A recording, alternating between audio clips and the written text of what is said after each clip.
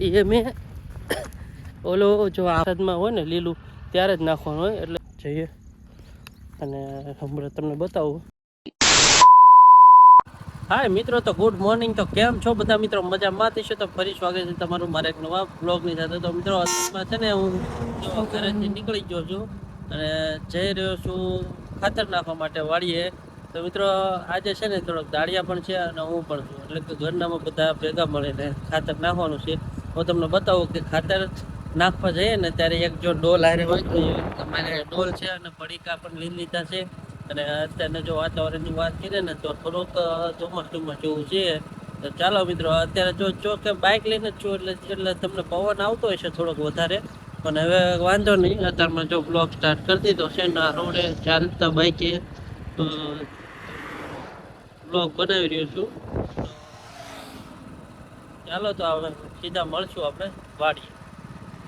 મિત્રો અત્યારે છે ને જો હું વાડીએ પહોંચી ગયો છું અને જો આ ખાતરની ડોલ ભરી લીધી છે અને જો ખાતર નાખવાનું ચાલુ કર્યું છે. તો આપણે પણ એ નાખવા જઈએ. ચાલો મિત્રો, જો અહીંયા 4 ને 5 ઠેલા અહીંયા પીડ્યા છે, ઠેલા અહીંયા છે. મિત્રો અત્યારે છે ને જો આ 3 ઠેલા વધ્યા છે ખાતર, અને બીજા ઠેલા હતા ને 4 ઠેલા એ મેં ઓલો જો આ ભાઈ લઈને જાય તો જો આ ખેતરમાં આવડી ગારો છે છતાં પણ લઈને જવાનું, જોકે એ વરસાદમાં હોય ને લીલું ત્યારે જ નાખવાનું હોય એટલે છે ને અમે એ ભાઈ લેવાઈ ગયો છે અને હજુ અમે એટલે મૂકવાઈ ગયો છે. અને હજુ જો આ 3 ઠેલા પડ્યા ને એમાંથી હજુ એક ઠેલો લઈ જઈએ છે, એટલે 2 ઠેલા વધશે અને એના પછી જોઈએ કે કેટલું જરૂર પડશે તો એ પ્રમાણે લઈ જઈશું. નકર પછી જો એક ઠેલો લઈ ગયો છે ને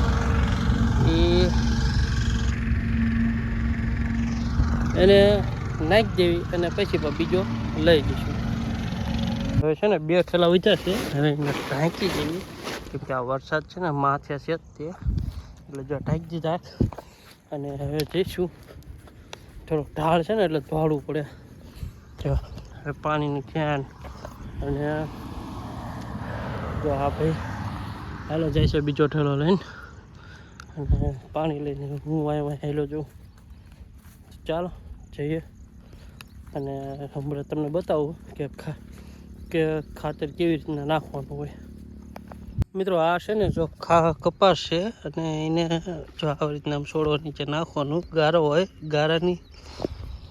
ગારો હોય ને ત્યારે જ આવો ઓગળે, એટલે અત્યારે લીલાનું નાખવાનું નામાં છે ને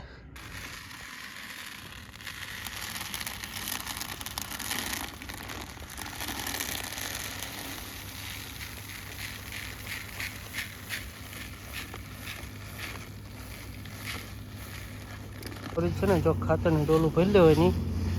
અને આ જો આવું ઝીણું ઝીણું ખાતર છે કલરવાળું, તો આ છે રાખોડી છે, 2 કલર છે. મિત્રો પછી છે ને આવી રીતના આમ ડોલ લઈ લેવાની, એટલે કે મેં તો અહીં લટકાડી દીધી છે મારી હારે, અને ઓલા જો બધા નાખે એવી રીતના જો આમ છોડવા રહે ને આવી રીતના આમ નાખવાનું ધીરે ધીરે,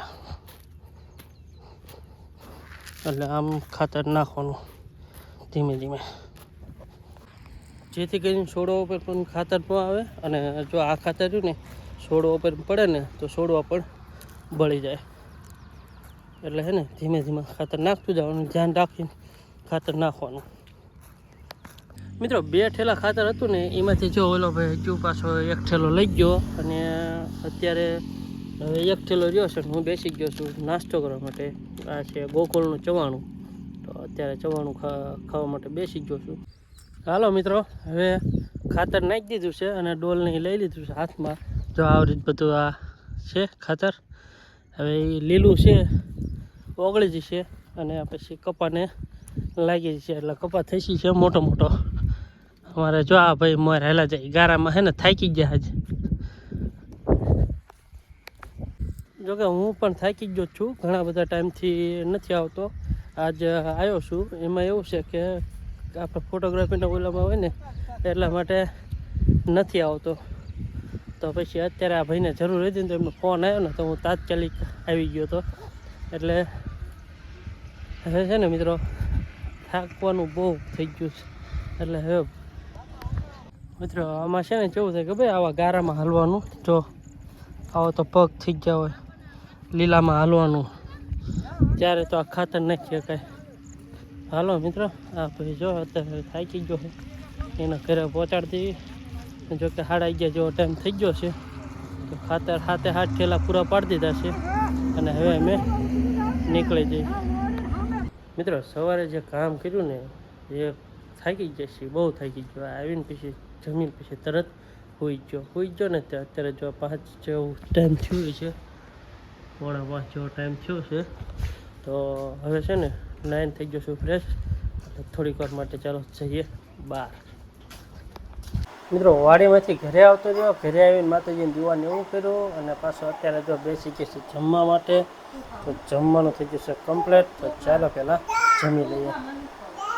મિત્રો આજે છે ને જમીન થઈ ગયો ધાબા, મસ્ત મજાનો પવન આવતો હતો. જોકે વરસાદ તો અત્યારે નથી ચાલુ અને એક એમ થાય કે આઈને સૂઈ રહી એવું લાગે. તો અત્યારે છે ને આમ એમ થાય કે ઉનાળામાં આખી રાત સૂતા અને પવન એટલે એક નંબર આવતો હતો એમ. જોકે અત્યારે આવે છે ને એવો જ તે, એટલે આમ મજા આવતી હોવાની. પણ અત્યારે ન સૂઈ શકાય મિત્રો, કેમ કે આ વરસાદનું છે ને કાંઈ નક્કી નથી હોતું, ઘડીકમાં આવી જાય.